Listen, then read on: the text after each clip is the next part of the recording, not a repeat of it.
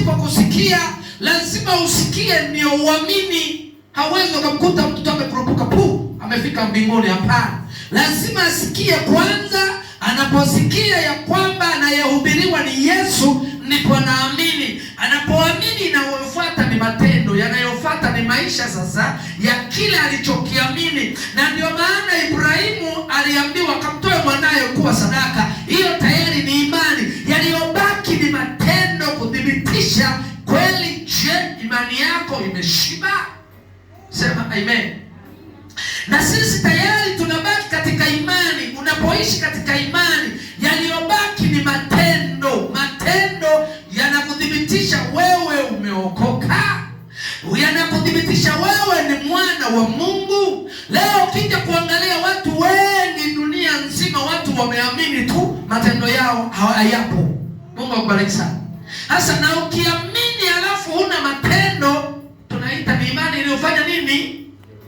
Iliyokufa. Sema amen. Kwa nini imekufa? Kwa sababu haina matunda, haina matendo.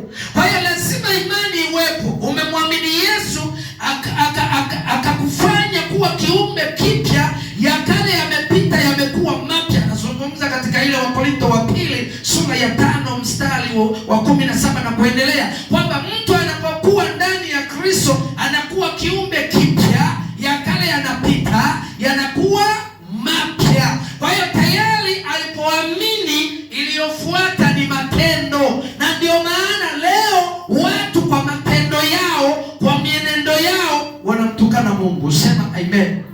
Anazungumza na huyu ni Yohana katika ile sura ya 2 mstari wa 15, waraka wa kwanza wa Yohana sura ya 2. Anasema msipende dunia wala mambo yaliyomo katika dunia. Tayari mtu kuipenda ni kwa sababu ya matendo. Matendo ndio yanamdhibitisha huyu ni wa Mungu. Matendo ndio yanamdhibitisha huyu ni wa shetani. Kwa nini? Kwa sababu alipoamini, kilichofuata ni matendo. Mungu akubariki sana. Sasa na mimi natamani kile ambacho kilichoko ndani mwako kitawaliwe na matendo makuu ya Mungu. Sema amen. Tuko pamoja?